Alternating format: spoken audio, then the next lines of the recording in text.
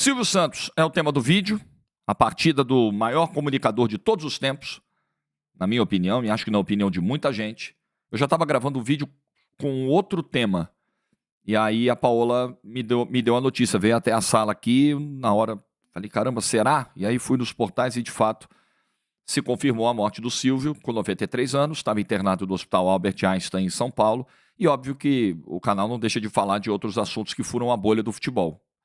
E quem me conhece sabe o que o Silvio representa para mim, como comunicador e até na formação mesmo ali, como um cidadão, como alguém que acompanha a TV, né, o que preencheu o SBT na minha vida, na minha infância, por exemplo. Acho que eu nunca falei disso pro público, né? Mas as pessoas do entorno sabem, assim, o SBT ele foi uma das minhas grandes companhias da minha infância e adolescência também, e um pouco da adolescência também, e muito na figura do Silvio, muito dos domingos em que a voz do Silvio ecoava, né? A TV lá de casa, que era uma TV de tubo, era uma TV de 20 polegadas de tubo, era a TV principal da casa que ficava na sala, uma TV Panasonic, que obviamente não tinha controle remoto, que a gente ligava do botão. Essa TV ela estava permanentemente no canal 11, sintonizada no canal 11, que era o SBT do Rio de Janeiro, que era a antiga TVS. Eu, quando molequinho, eu me lembro da TVS, né, que depois virou SBT. Era a nossa companhia, era a companhia da nossa casa, era a companhia dos domingos. Era o Silvio Santos Vem Aí ao meio-dia que começava o domingo, que dava meio que um start para o domingo. Então o Silvio, ele, para mim, ele é muito mais do que uma referência como comunicador, assim, muito mais. Ele foi uma companhia.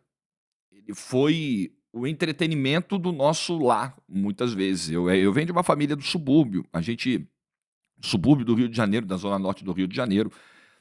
A gente não tinha tantas opções de lazer assim, aos finais de semana.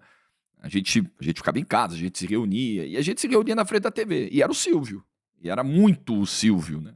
O Silvio, o futebol do domingo, o Gugu, o Silvio de novo, Topa Tudo por Dinheiro, o Em Nome do Amor, enfim, era o Silvio, era o Silvio.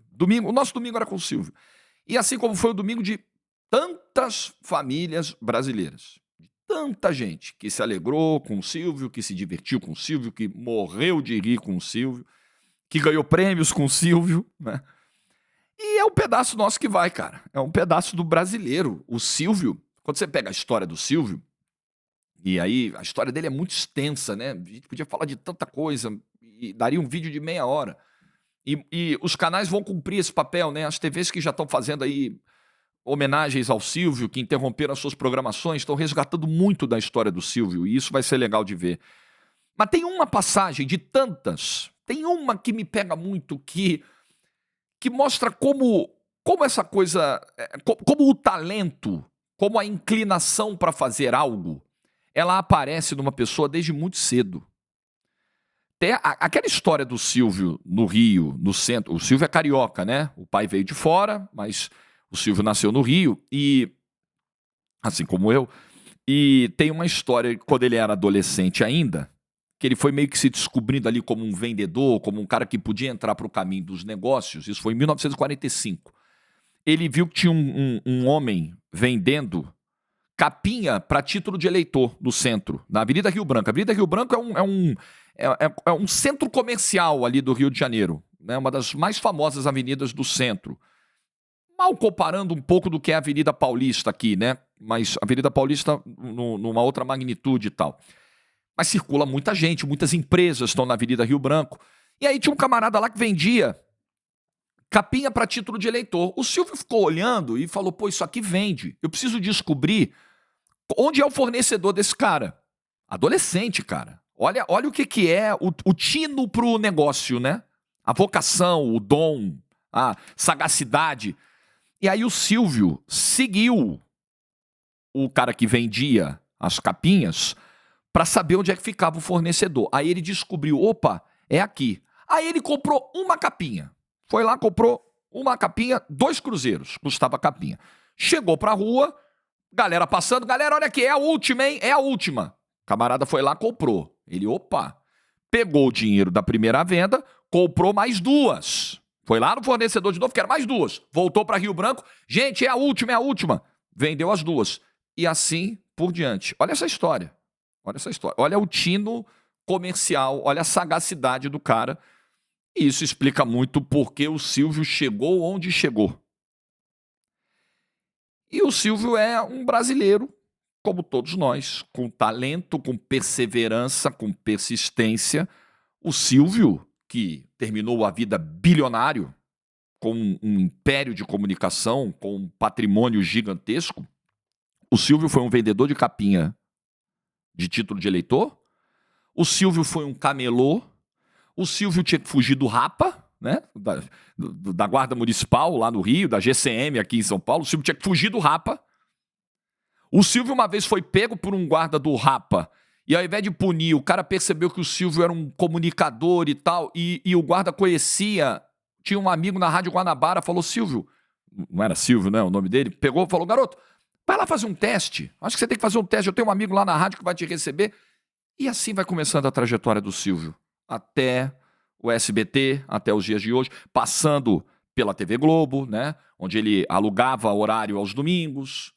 E aí, finalmente, ele passa a ter o canal próprio dele. Em 81 nasce o SBT. E mais uma curiosidade, como o SBT sempre foi uma estação, né? Como a gente falava antigamente, uma TV muito, muito presente na minha vida. O SBT foi fundado no dia do meu aniversário, 4 anos de eu nascer. O SBT é de 19 de agosto de 81 e eu nasço em 19 de agosto de 85. Até essa coincidência existe.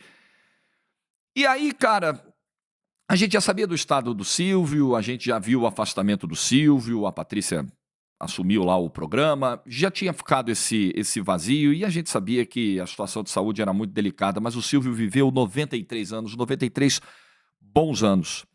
E dedicou boa parte desses anos ao negócio televisão, era um negócio, evidentemente, mas que ele fazia com maestria e é algo único na história da televisão brasileira, talvez mundial. Ele era o dono do negócio e ele era a principal figura, ele era o principal rosto do negócio, ele era a cara, a voz e a alma do negócio que ele construiu. Você imagina a grandeza disso?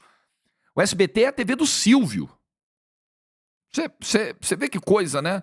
Ok, a Globo é a TV dos Marinho, a Band é a TV do Saad, a Record é a TV do Edir Macedo, mas nenhum deles tem a presença nos lares, até pela questão da exposição religiosa, da programação religiosa, o Edir Macedo ocupa o espaço dele na Record. Mas nenhum dono de TV na história chegou tanto aos corações das pessoas e foi tão umbilicalmente ligado ao seu veículo como Silvio Santos. É algo único na história. E na história da comunicação brasileira, honestamente, eu não encontro paralelo. Eu já disse isso em outras ocasiões. Eu não queria citar nomes aqui para não ser ofensivo à memória de ninguém.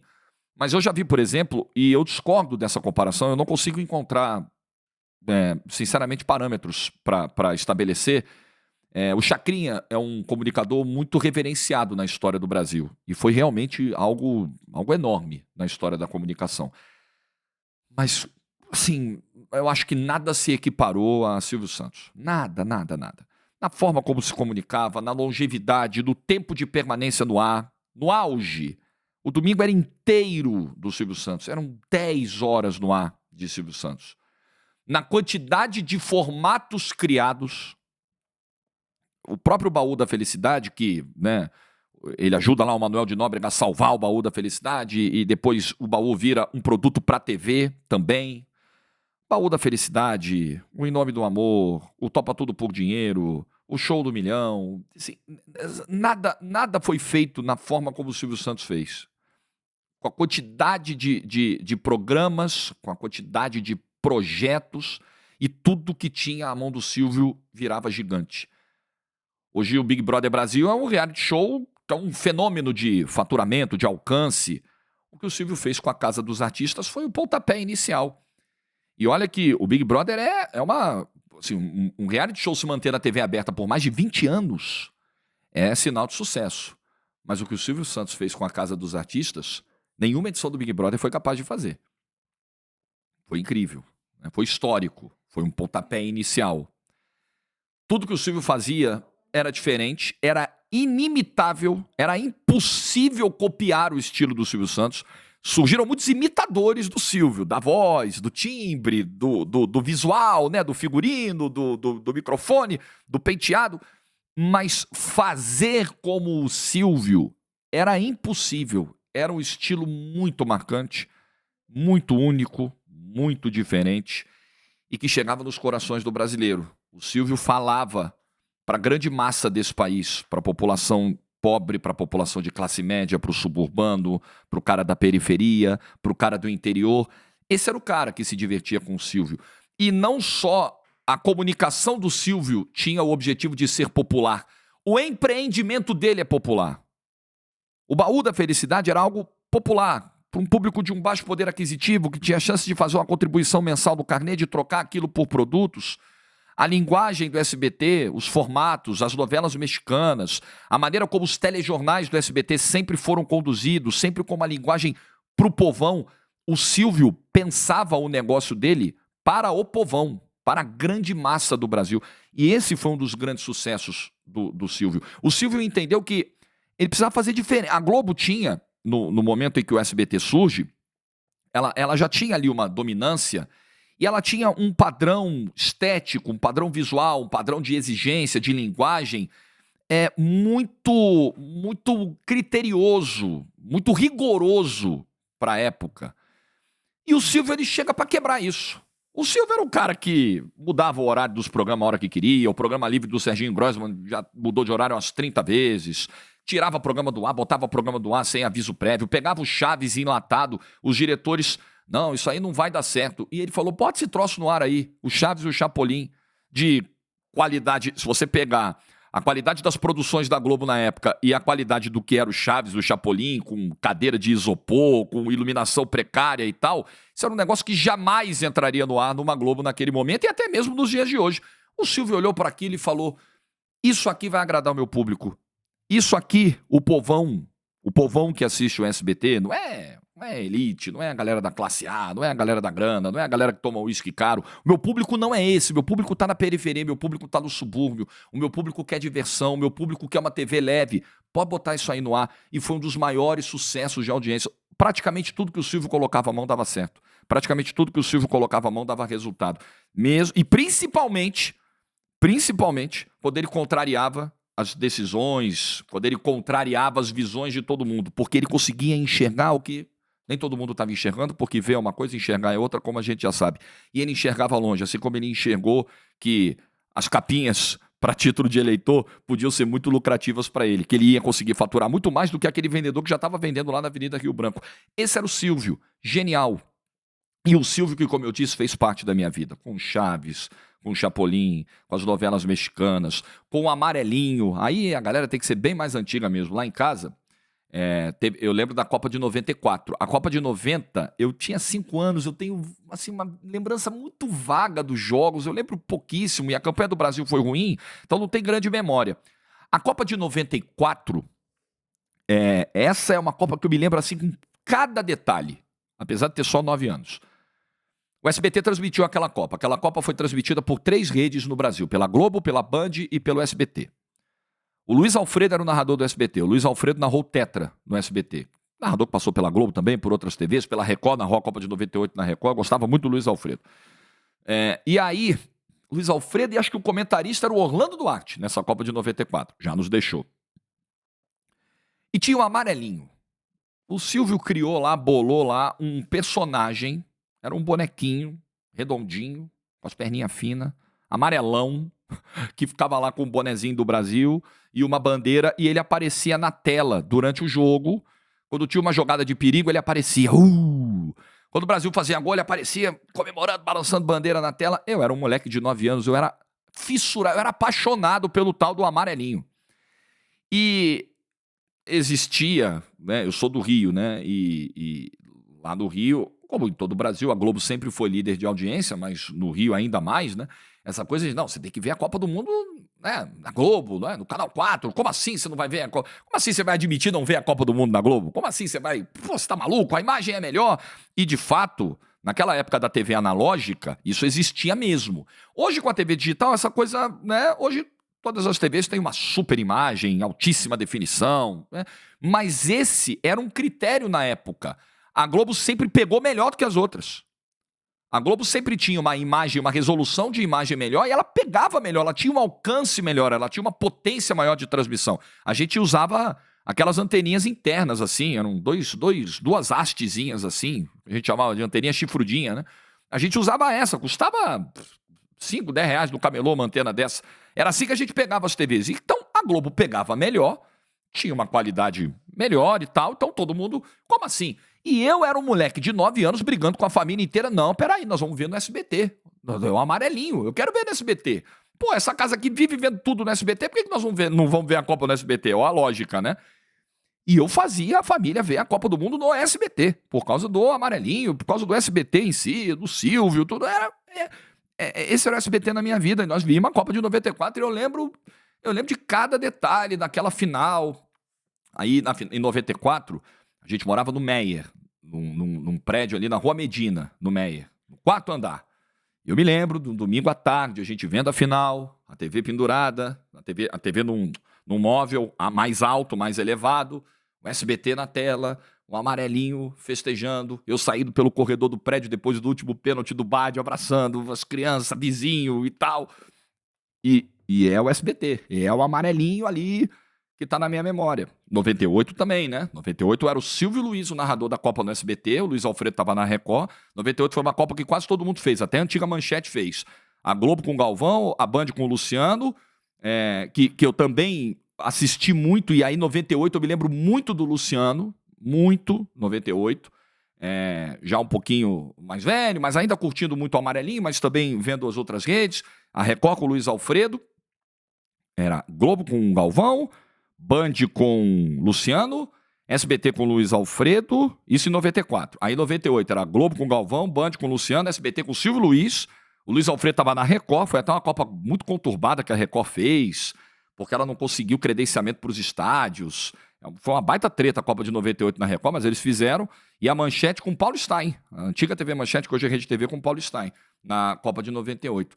Então, eliminatórias, eu lembro do SBT transmitir para essa Copa de 94. Então, o SBT foi o Silvio, a TV do Silvio marcou a minha vida durante boa parte da infância, boa parte da adolescência.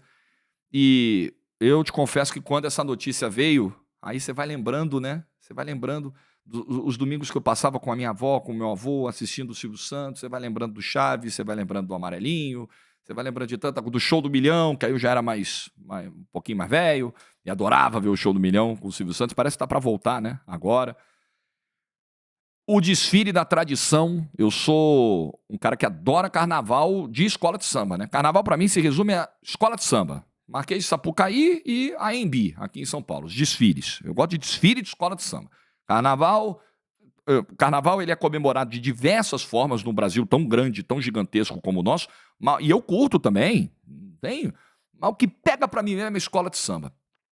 E aí eu me lembro que em 2001, quando ele é homenageado pela tradição, era o período que eu estava começando a entender mais dos desfiles, muito graças ao trabalho que a Rádio Tupi fazia lá no Rio de Janeiro, com o Eugênio Leal, que era uma transmissão de carnaval, assim, inigualável. Foi a melhor transmissão de carnaval que nós tivemos na imprensa brasileira, disparado aquele período. Hoje a Tupi ainda faz um excelente trabalho no carnaval, mas ali você tinha o Eugênio Leal, hoje meu colega da ESPN, comentarista da ESPN, acho até que está morando aqui em São Paulo, o Eugênio. E ele capitaneava a transmissão e ele era ainda, né? Um profundo conhecedor de carnaval, cara do samba, compositor de samba, torcedor da São Clemente, o cara com muita vivência.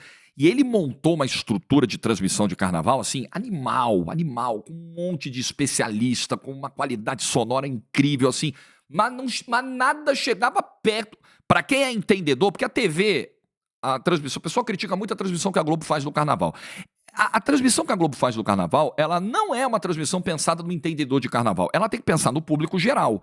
Porque ali vai estar vendo a galera que acompanha carnaval o ano inteiro, que é uma minoria, convenhamos, o cara que frequenta todos os ensaios, que está ali, e a grande massa que só tem contato com aquilo uma vez no ano. Então ela tem que falar para essa grande massa. Por isso que ela não é tão profunda, tão específica em algumas análises e tal. Então a transmissão da Tupi era um negócio só brabo, meu amigo. E aí eu sempre fui um cara muito do rádio também, e eu fui me interessando por carnaval, e eu fui criando paixão por carnaval, e aí eu já era portelense por causa do meu avô, e aí a tradição homenageou o Silvio num samba antológico de 2001, e aquilo não sai da minha cabeça, assim. Um domingo, 10h30 da noite, foi a hora que a tradição entrou. A tradição foi a segunda escola do desfile, naquele domingo. Ficou uma tensão no ar, se a Globo ia exibir o desfile, se não ia, se ela ia mostrar os caras do SBT, se não ia. Porque um ano antes já tinha rolado aquela treta do Eurico com a Globo no Vasco e São Caetano, vocês lembram? Quando ele foi jogar uma final de Brasileiro com a logo do SBT, sem avisar o SBT. O Silvio não teve nada a ver com aquilo. Foi uma provocação do Eurico, uma cutucada ao Eurico, que tinha lá uma relação ruim com a Globo na época. Então ficou aquela tensão. Cara, e tava lá, ó, durante 80 minutos. Acho que tinha 82 o desfile na época, era maior. Era 80 ou 82, hoje diminuiu. Tava lá, amigo, o Silvio no Abre Alas e todo mundo cantando o samba. Um samba que ficou 3 meses na cabeça de todo carioca. E acho que do resto do Brasil também, porque o SBT rodava em cada break o samba, né? E a galera decorava. E no Rio, cara, não era só no break do SBT que rodava o samba. Tudo que era rádio tocando samba, tudo que é lugar da rua cantando o samba do Silvio. Todo carioca que viveu o carnaval de 2001 até hoje, se você botar o samba, ele vai cantar de cabeça ao pé, de cabo a rabo, o samba da tradição de 2001. Que resumiu de maneira linda, poética, o que foi a trajetória do Silvio Santos de camelô a rei da televisão. E eu lembro como aquilo também me pegou, né? Juntou tanta coisa ali, né? Misturou tanta coisa, carnaval, rádio, Silvio, foi mágico. Foi um momento incrível. Eu gravei esse desfile num VHS para nunca mais perder. E outro dia o Silvio rodou esse vídeo, né? Rodou na programação do SBT meio que do nada, num sábado à noite. E me parece que ali, até os próprios diretores da TV Globo, pelo que se apurou, não se incomodaram com aquilo, entendendo que o Silvio já estava num estado muito delicado de saúde, e ali poderia ser um dos últimos pedidos, uma das últimas alegrias, um dos últimos desejos do Silvio em vida. Rever aquela noite que eu não consigo nem imaginar, assim, dimensionar o quão bonito foi esse momento da vida do Silvio, né? Você ser homenageado em vida, você ter a tua história contada, cantada, diante de milhares de pessoas, diante de uma multidão, e todos ali te reverenciando, e todos cantando, a Sapucaí inteira cantava. Não tinha uma alma viva naquela Sapucaí que não soubesse o samba, porque acontece muito no carnaval, ainda mais hoje, né, que às vezes são sambas encomendados, às vezes são sambas com melodia pobre, e que são descartáveis. A galera nem lembra. Muitas vezes a galera vai pro desfile e nem sabe o samba. Aquele ali não. Aquele ali, todo mundo vive. Ali, o concreto da Sapucaí, as arquibancadas, os pilares das arquibancadas da Sapucaí sabiam cantar aquele samba. Todo mundo. Os refletores da Sapucaí, todo mundo sabia cantar.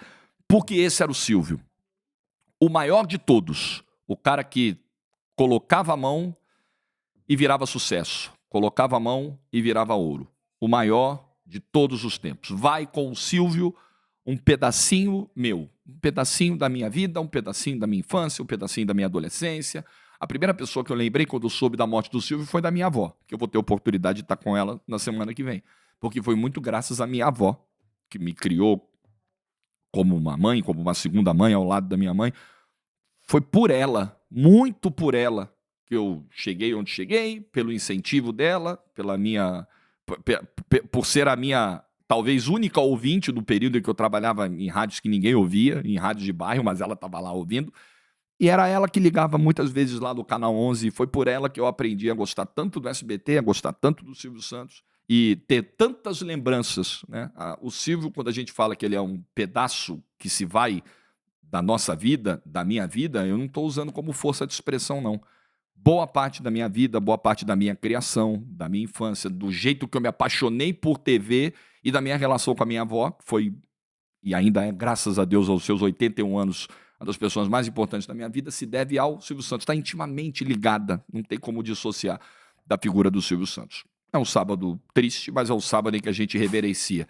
Que bom que o Silvio viveu tudo o que viveu, teve uma vida fantástica, deixou um legado incrível, e que bom que a gente pôde viver na mesma era do Silvio. Que bom que a gente pôde se divertir durante tantos domingos com o Silvio.